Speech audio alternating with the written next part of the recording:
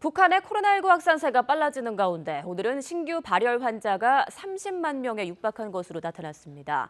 우리 정부는 이르면 이번 주 초 북한의 코로나19 관련 지원을 공식 제의하는 방향을 검토하고 있습니다. 한현희 기자입니다.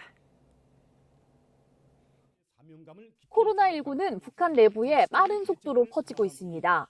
북한이 발열 환자 수를 처음으로 집계해 발표한 지난 12일 18,000여 명이던 것이 17만 4,440여 명으로 늘더니 이번엔 30만 명에 육박한 겁니다.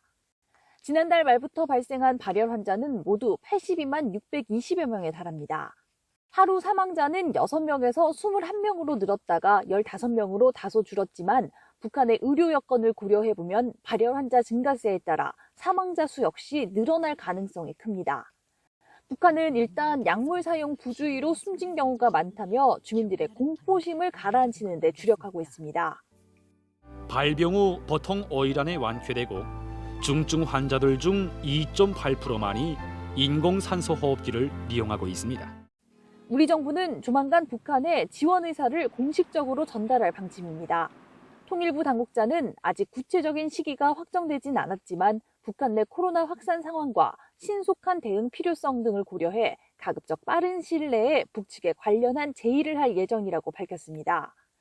관련 부처 간 협의가 끝나면 통일부가 남북연락사무소 통신선을 통해 전통문을 북한에 보내는 방식이 유력합니다. 다만 우리가 방역 협력을 제안한다고 해도 북한이 응할지는 미지수입니다. 북한이 현재까지는 지역 간 통제가 불가능한 상황이 아니라며 외부 조력 없이 자력으로 대응하자는 분위기를 내비치고 있기 때문입니다. 이 질환 자체가 어떤 국제적인 연대라든가 국제적인 또 공조 체제를 해야지만 이 나라에서 저 나라로 가는 걸 막을 수 있고 또 자국민을 보호할 수 있거든요. 그래서 그렇게 방향성을 정하고 우리와 협력을 한다면은 질환이 극복이 가능하지 않겠나 이렇게.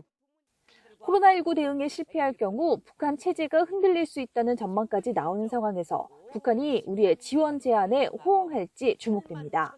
YTN 한현입니다.